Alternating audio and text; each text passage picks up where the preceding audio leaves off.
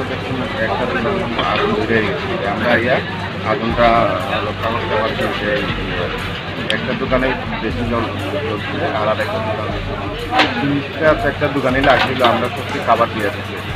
মানে দুইটা দোকান সম্পূর্ণ ভস্মীভূত হয়েছে? দুইটা দোকান সম্পূর্ণ বলতে একটা সম্পূর্ণ হয়ে আর একটা অর্ধেক। না, এটার পাশে তো আরেকটা ছিল, ওই দুইটা দোকানে আর একটা অল্প বিস্তর হয়েছে। আরো দুইটা তিনটাতে লাগছিল পিছন দিকে। কি এর থেকে মনে হইতেছে এই আগুনটা? আগুনটা তখন ঠিক বুঝাইতেছে না, মনে হইতেছে ইলেকট্রিকেই শর্ট সার্কিট। কেমন ক্ষয়ক্ষতি হইব প্রাথমিক? আমরা কোনো হিসাবটা নিচ্ছি প্রাথমিকভাবে ঠিক বোঝা যাইতো না, এটা মালিকের সাথে কথাবার্তা করলে এরপরে আমরা একটা বুঝতে পারছি।